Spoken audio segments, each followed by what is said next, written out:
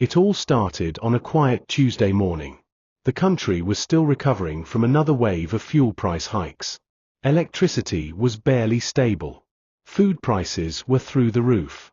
The streets were hot, not just from the sun, but from the anger building up in people's hearts. Then came the video. Verydarkman, one of the most fearless voices online, sat in front of his phone camera. He wore a black t-shirt, with his usual serious look. He didn't waste time. He didn't smile. He went straight to the point. "This government is the worst in Nigeria's history," he said, his eyes wide, his voice loud and angry. "Tinubu has failed. We have nothing. No jobs, no light, no hope. What is he doing as president?" He leaned forward and shouted into the camera. He went to beg China for a $100 billion loan and they told him no. Even China knows he has nothing to offer. The video was less than 5 minutes, but the words hit like thunder. He mocked the president. He mocked the system. He laughed at the suffering, and not because he enjoyed it, but because he was tired, just like millions of Nigerians. People online couldn't stop talking. The comment section exploded. Verydarkman just said what we're all thinking. Man has no fear. OMO. He don't finish Tinubu. Twitter caught fire. Instagram Reels spread the clip like wildfire. TikTok creators started using his voice for skits and reactions. Within 1 hour, over 500,000 people had watched the video. By evening, it had crossed 1 million views. On the streets, people were watching the clip in buses, at beer parlors, and in salons. Everywhere you turned, someone was saying, "Have you seen what Verydarkman said?" It wasn't just the video. It was the timing. Nigerians were angry. They were hungry. They were tired. Verydarkman became their voice that day. But not everyone was laughing. Inside the corridors of power, the reaction was different. The video reached Aso Rock fast. A staff member showed it to a senior aide. That aide showed it to another, and within minutes, the clip was sitting in front of the president himself. President Bola Ahmed Tinubu sat in silence as he watched. His face didn't change. He didn't blink. But everyone in the room could feel the tension. The mocking words echoed in his ears, "Worst government in Nigeria's history." When the video ended, the room went quiet. No one dared to speak. Tinubu leaned back, took a deep breath, then said, "So this is what they are saying about me now." His voice was calm, but dangerous. One of his aides tried to speak. "Sir, he's just looking for attention. These online boys." "Shut up," Tinubu snapped. "That's not just attention seeking. That is incitement. He's calling me a failure in front of millions. He's making a joke of my government." He stood up slowly and walked to the window. He looked outside, at the big gates of Aso Rock, and then turned around sharply. "Call the DSS," he said. The aide hesitated. "Sir." "Call the director. Tell him I said arrest that boy." "Yes, sir." The order was given. Back on social media, Verydarkman was still trending. People were begging him to be careful. "Bro, DSS fit come for you, oh. Hope you've locked your door." But Verydarkman wasn't afraid. In fact, he posted another video. "Let them come. I'm not hiding. I didn't lie. I spoke the truth. If saying the truth is now a crime, then let them arrest all of us." The comment section went wild again. People called him a hero. Some begged him to leave the country for his safety. But he stayed calm. "I know they run," he said. "Na my mouth I use." But the storm had already started. The man at the top was angry. And when power gets angry, it moves fast. Verydarkman had poked the lion. And the lion was no longer sleeping. The order came like thunder from the top. After watching Verydarkman's video, President Tinubu had seen enough. He felt mocked, disrespected, and challenged in front of the whole country. It was not just a random video to him, it was a direct attack on his name and power. So, he made the call. "Get the DSS on the line," he said firmly. Within minutes, The director of the Department of State Services, DSS, was on the phone. Tinubu didn't waste time. He went straight to the point. There's a boy online. Verydarkman. He's been insulting my government. He called me a failure and a disgrace. I want him picked up. Tonight. The DSS boss didn't argue. He simply said, "Consider it done, sir." The line went dead. The machine was now in motion. That night in Abuja, black SUVs with tinted windows rolled out of the DSS headquarters. No sirens. No noise. Just quiet, serious men with dark glasses, guns, and files. They had one mission: find Verydarkman and bring him in. Meanwhile, Verydarkman was still online. He was in a friend's house in Abuja, laughing and talking on Instagram Live. His face was calm, but you could feel the tension in his voice. "They've seen my video," he said. "I know they're not happy. But should I lie to make them feel good? My people are suffering. I will not keep quiet." In the comments, fans kept warning him. "Lock your door, oh. Guy, they fit come for you." But he wasn't scared. He even joked about it. "If DSS catch me, make Una no cry. Just know I talked for all of us," he said with a smile. But the clock was ticking. Around 11:45 p.m., while most people were sleeping, the DSS arrived. They didn't knock. They didn't shout. They broke in like a scene from a movie. Boom. Door shattered. Shouts filled the air. "Hands up. Don't move." Verydarkman was pulled from the couch. His friend tried to ask questions, but the agents warned him to stay back. They grabbed Verydarkman, handcuffed him, and pushed him into one of the waiting black SUVs. Phones were already recording. Someone across the street captured it all. In the short video, Verydarkman could be heard shouting, "I only spoke the truth. I didn't steal. I didn't kill anyone." The SUV doors slammed shut. The convoy moved out like ghosts in the night. By 1 a.m., the video of the arrest was already on Twitter. "They arrested Verydarkman" started trending. People couldn't believe it. By morning, all the blogs had the same headline: "Verydarkman arrested by DSS for mocking President Tinubu." The streets were buzzing. Twitter was on fire.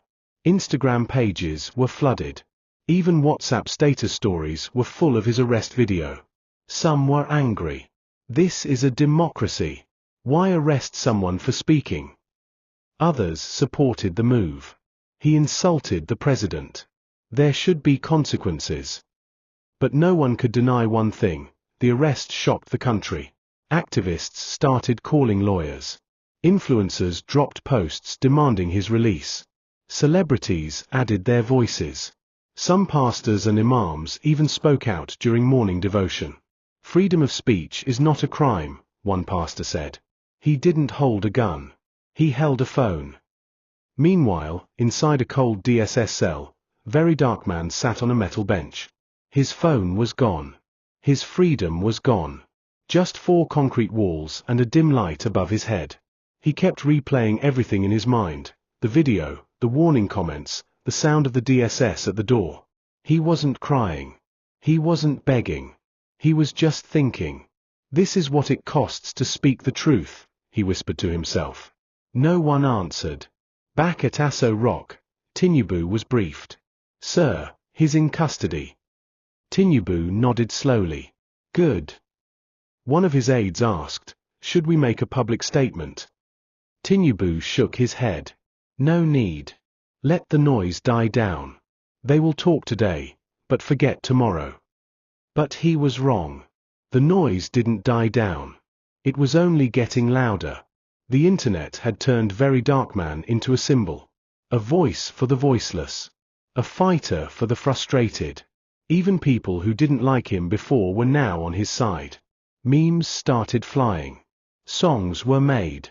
His words from the video were turned into motivational audio. One girl on TikTok said, "He spoke for me. Now they've silenced him. But we won't be quiet." The battle line was drawn. The government had made their move. Now, the people were watching, and waiting. The day after Verydarkman's arrest felt like a thunderstorm had hit the internet. Everywhere you looked, Twitter, Instagram, Facebook, TikTok, one name kept coming up, Verydarkman. The video of him being dragged into a black DSS SUV was now viral. It had been reposted by celebrities, influencers, activists, and even people who didn't usually talk about politics. The hashtag #FreeVerydarkman was #1 on Twitter by morning. Within hours, it had been used over 2 million times. Thousands were now calling for his release. He only said what all of us are thinking, one post read. Is free speech now a crime? Another asked. People were angry. Young Nigerians, tired of being silent, finally found a voice to stand behind. Verydarkman had spoken out when others were scared. And now he was paying the price. In the streets, it wasn't just noise online. Protesters started gathering at Unity Fountain in Abuja. They held placards that read, "A truth is not a crime. A Verydarkman spoke for us. Arrest hunger, not the truth." The police came, tried to push them back, but the crowd grew. News reporters arrived. The protest was live-streamed. Even international media started paying attention. Inside the DSS headquarters, the pressure was building. Verydarkman was still in a small cell. The room had no fan, no windows, just a bench and a toilet in the corner. The walls were plain and silent. No phone. No messages. No updates. He was alone. A DSS officer brought him bread and sachet water. "You don't trend finish," the officer said with a small smirk. "Hope it was worth it." Verydarkman didn't answer. He just sat there, deep in thought. "I didn't lie," he whispered to himself. "Everything I said was true." His voice was no longer heard outside.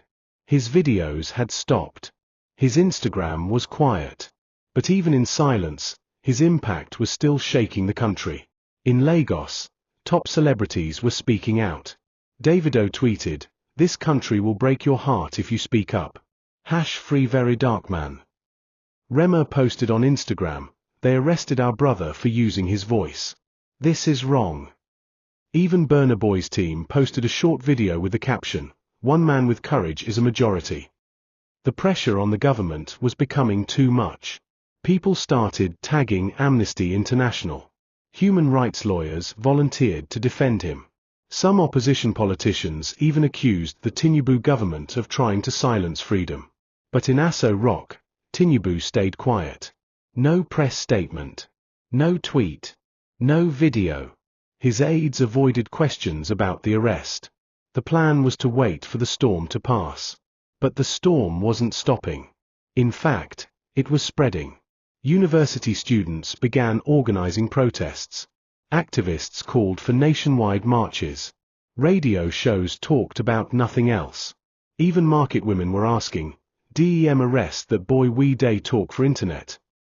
Back in detention, Verydarkman was called in for questioning. 3 DSS officials sat across from him. One of them dropped a file on the table. "You said this government is the worst in Nigeria's history. Why?" the man asked. Verydarkman looked him straight in the eyes. "Because it is. I said what everyone is thinking. I didn't carry a gun. I didn't tell people to fight. I just used my phone. You called the president a failure. I called him out on his failure. That's not the same." They grilled him for hours, asking the same questions in different ways. He didn't crack. He didn't beg. At the end of it, one officer sighed and said, "You're lucky you're popular. If not." The rest was left unsaid. Outside, the calls for his release were growing louder. People were now using his videos as ringtones. His old clips were being remixed into music. He had become more than just a content creator. He was now a symbol, a voice for a frustrated generation. Verydarkman didn't fight with weapons, a protest leader said. He fought with words. And that scared them. Even religious leaders joined in.